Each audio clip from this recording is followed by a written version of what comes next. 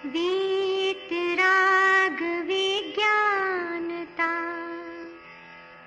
शिव स्वरूप शिवकार, नमः त्रियोग संहार के। वीतराग विज्ञान अर्थात विकार रहित ज्ञान स्वभाव सारभूत है। वो मंगल स्वरूप है और मंगलकारी है। मैं उसे मन वचन काय इन तीनों योगों को वश में करके नमस्कार करता हूं। 6 डाला परम मांगलिक ग्रंथ है। पंडित दौलत राम जी द्वारा यह लिखा गया है। 6 इसमें ढाल हैं। तीसरी ढाल 5वां छंद पूर्ण हो चुका था। आज अपन सब लोग 6वां नंबर का जो छंद है उसको जानेंगे। 6वें छंद में निकल परमात्मा किसे कहते हैं और परमात्मा का ध्यान कैसे करें, इसकी चर्चा यहाँ पर होगी। तो आइए सबसे पहले 6वां छंद जो है उमागर की आवाज़ में सुनते हैं। ज्ञान शरीरी त्रिविध कर्म मल, वाजित सिद्ध महंता, ते है अमल निकल परमात्म, भोगे शर्म अनंता। बहिरात्मता हे जानित जी, अंतर आत्म हुजे, परमात्म को ध्याय निरंतर, जो नित आनंद पूजे। इस प्रकार से यह छंद रहा और बहुत सुंदर आवाज़ में अपने छंद सुना। एक एक शब्दों में बहुत ही जो है मर्म है, मतलब कि बहुत अच्छा भाव भरा हुआ है और जिसको पढ़ने से ही इतना आनंद आ रहा है, जिस तो अनुभूति में कितना आनंद आएगा आप सोच सकते हैं। आइए सबसे पहले एक एक शब्द का इस छंद का अर्थ देखते हैं। क्या बोला है? ज्ञान शरीरी, ज्ञान मात्र जिसका शरीर है, ऐसे त्रिविध, त्रिविध 3 प्रकार, द्रव्य कर्म, भाव कर्म तथा 9 कर्म, कर्म मल, कर्म रूपी मैल से वर्जित रहित, सिद्ध महंता, सिद्ध भगवान हैं जो महंता महान हैं। क्या है? जो महान है, ऐसे सिद्ध भगवान महान हैं। ते वे, ते हैं, वे हैं निकल, निकल अमल परमात्मा, निकल कल रहित शरीर रहित, अमल निर्मल मल रहित परमात्म परमात्मा हैं। भोगे जो भोगते हैं, शर्म मतलब सुख, शर्म मतलब सुख, अनंता अनंत, जो अनंत सुख को भोगे भोगते हैं। बहिरात्मता हेय जानित जी, बहिरात्मता मतलब बहिरात्मपने को हे छोड़ने योग्य है, ऐसा जानी जान करके, तजी उसे छोड़कर, जानकर और तजी उसे छोड़कर, अंतर आत्म हुजे, क्या हो जाओ? अंतर आत्मा में हुजे होना चाहिए, अंतर आत्मा हमें होना चाहिए। परमात्मा को ध्याय, परमात्मा को ध्याय, ध्यान करना चाहिए, ध्याय मतलब ध्यान करना चाहिए, निरंतर प्रतिदिन हमेशा सदा ध्यान करना चाहिए। जो नित्य आनंद पूजे, जिससे क्या होगा? नित्य आनंद पूजे, पूजे मतलब प्राप्त किया जाता है, जिससे आनंद प्राप्त किया जाता है। जो ऐसे निज आत्मा को ध्यान करता है निरंतर, वो नित्य ही परम आनंद को प्राप्त किया करता है। ठीक है ना? तो आपको तो फल भी बता दिया कि परमात्मा का ध्यान करने से क्या फल की प्राप्ति होगी। तो इस छंद के माध्यम से ज्ञान ही जिसका शरीर है, केवल ज्ञान की पर्याय प्रकट हो चुकी है, वही इसका शरीर है। शरीर अब ये नहीं है, पौद्गलिक शरीर नहीं है। त्रिविध 3 प्रकार के जो कर्ममल हैं, तीन प्रकार के कर्ममल होते भैया, द्रव्य कर्म, नो कर्म और भाव कर्म। ये तीन प्रकार के जो कर्म हैं, इन कर्म मल से क्या हैं, रहित ऐसे सिद्ध परमात्मा होते हैं। वे हैं निकल अमल परमात्म, और वो निकल परमात्मा मतलब शरीर रहित मल रहित परमात्मा कहलाते हैं। और कौन सा सुख भोगते हैं, तो आत्मा का ही सुख भोगते हैं, चैतन्य पर्याय का सुख भोगते हैं, निराकुल सुख भोगते हैं। और कितना भोगते हैं, तो अनंत सुख जो है उसको भोगा करते हैं। तो इस लाइन तक तो तीन प्रकार की आत्मा की बातें हो गई। अब तक की जितनी आत्माएं थीं, बहिरात्मा, अंतरात्मा, परमात्मा, तीनों के लक्षण बता दिए ना। तो अब इसमें से क्या छोड़ना है और क्या ग्रहण करना है, इसकी बात भी कह दी कि परमात्मा को जाने, अब परमात्मा को तुमने जाना, अब उसको तजो छोड़ दो, जान करके उसको अच्छी तरह से छोड़ दो और अंतर आत्म हो जाए। तो बहिरात्मा को छोड़ के सबसे पहले किसमें, अंतरात्मा। कोई भी अंतर आत्मा बिने परमात्मा नहीं बनता है। बहिरात्मा को छोड़ने के बाद नियम से अंतरात्मा बनना ही पड़ेगा, और अंतरात्मा बनने के बाद ही परमात्मा बन सकता है, कोई डायरेक्ट परमात्मा नहीं बन सकता है। इसलिए पंडित जी ने कहा बहिरात्मा को हे तजी, हे जान करके और छोड़ दो, तजी छोड़ो, त्याग करो अपने अंदर से। अपने अंदर में जो बहिरात्मापन भरा था, जो हमने आपको पहले बता रखा है कौन कौन आदमी बहिरात्मा होता है, उस भाव को छोड़ करके अब क्या हो जाओ, अंतर आत्मा हो जाए। और अंतर आत्मा को हो करके परमात्मा पद को प्राप्त करो, परमात्मा का नित्य ध्यान करो। और परमात्मा का नित्य ध्यान करने से आनंद की, महा आनंद की प्राप्ति होती है, ऐसा भी कहा। इस प्रकार से इस छंद का पूरा अर्थ देखिए क्या लिखा है। औदारिक शरीर आदि रहित शुद्ध ज्ञानमय, द्रव्य भाव नो कर्म रहित, निर्दोष और पूज्य सिद्ध परमेष्टि निकल परमात्मा कहलाते हैं। ये दो लाइन का अर्थ हुआ। फिर इसके बाद तीसरी लाइन में इसी का भी अर्थ पढ़ाते हैं। वे अक्षय अनंत काल तक अनंत सुख का अनुभव करते हैं। इन तीन में बहिरात्पना मिथ्यात्व सहित होने के कारण हे है, इसलिए आत्महितैषियों को चाहिए कि उसे छोड़कर अंतर आत्मा बनकर परमात्मपना प्राप्त करें। जो आत्महितैषी हैं, जो मुमुक्षु हैं, जो मोक्ष की इच्छा रखते हैं, जो परम सुखी होना चाहते हैं, जितने लोग सुन रहे हैं ना, वो सुखी होने के लिए सुन रहे हैं कि दुखी होने के लिए, आत्महित के लिए कि आत्म अहित के लिए। तो सभी सुखी होने के लिए सुन रहे हैं, सभी आत्महित के लिए सुन रहे हैं। तो ऐसे आत्महितैषियों को बहिरात्मपना छोड़ देना चाहिए, क्योंकि वो मिथ्या सहित है, विपरीत मिथ्या मान्यता उसके साथ है, इसको उसपना छोड़ देना चाहिए।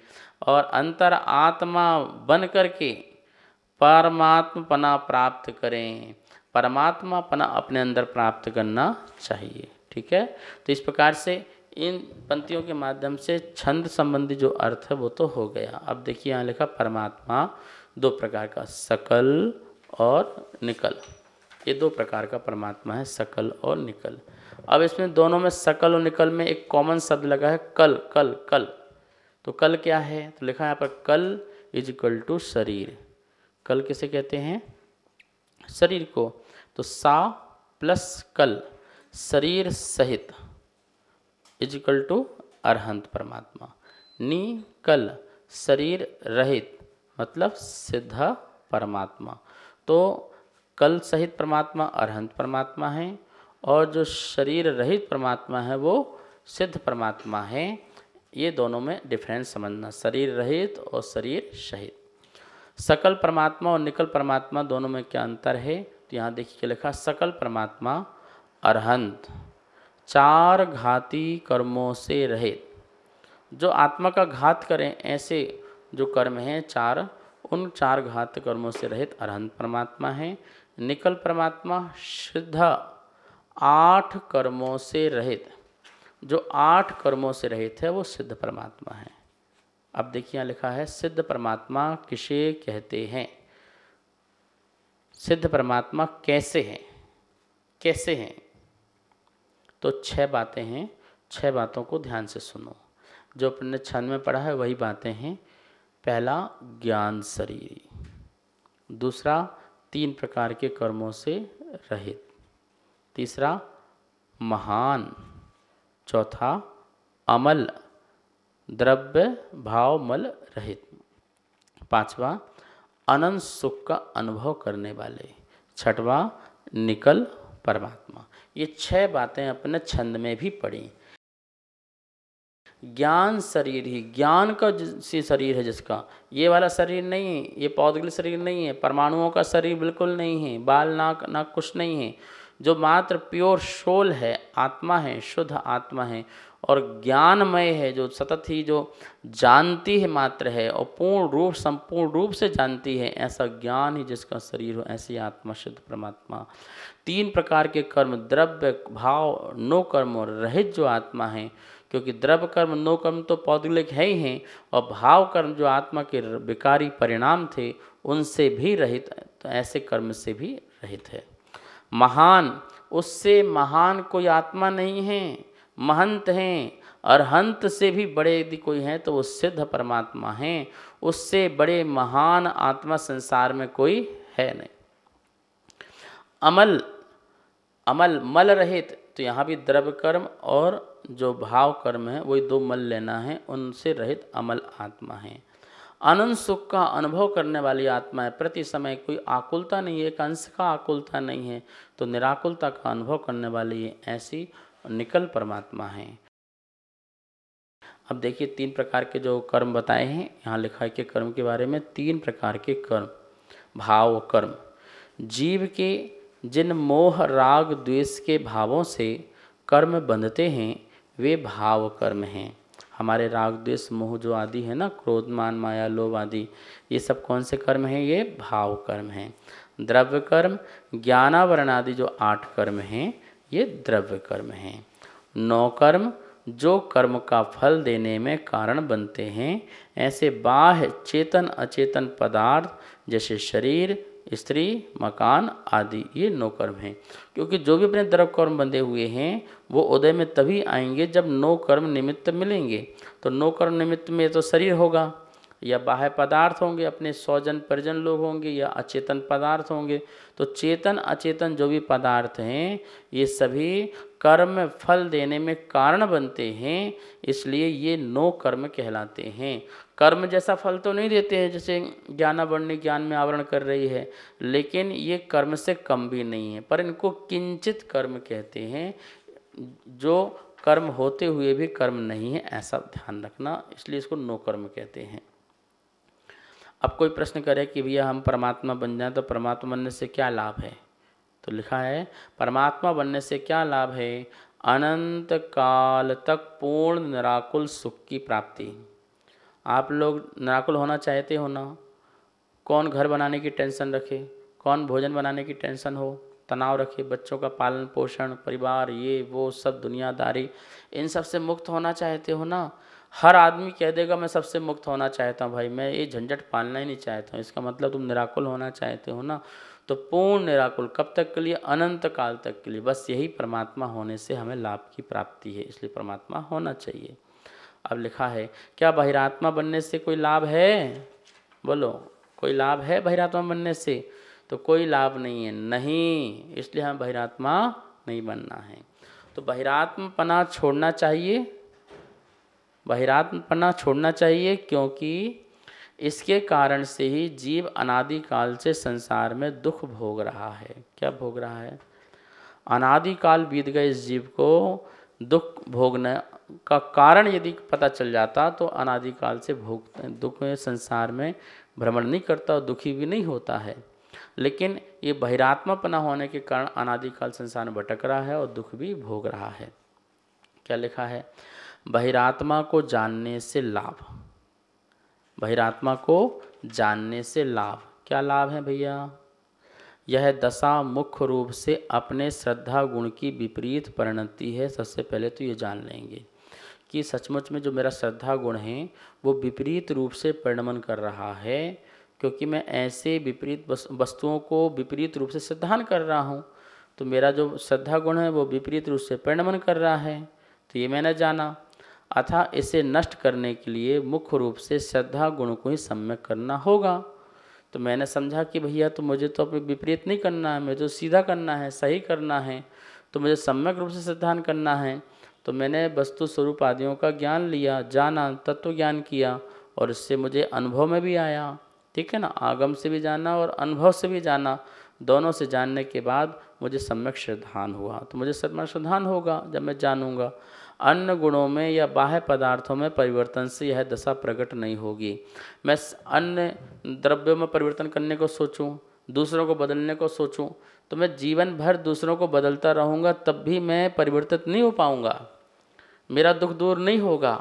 इसलिए यह मैंने जाना कि मुझे अन्य पदार्थों को, मतलब जो बाह्य पदार्थ जगत के हैं, उनमें परिवर्तन नहीं करना है, अपने ही गुणों को ठीक करना है, अपने ही जीवन को ठीक करना है, तभी मेरा जीवन ठीक होगा और मैं सुखी होऊंगा। तो देखा आपने बहिरात्मा अपने को जानने से क्या लाभ हुआ।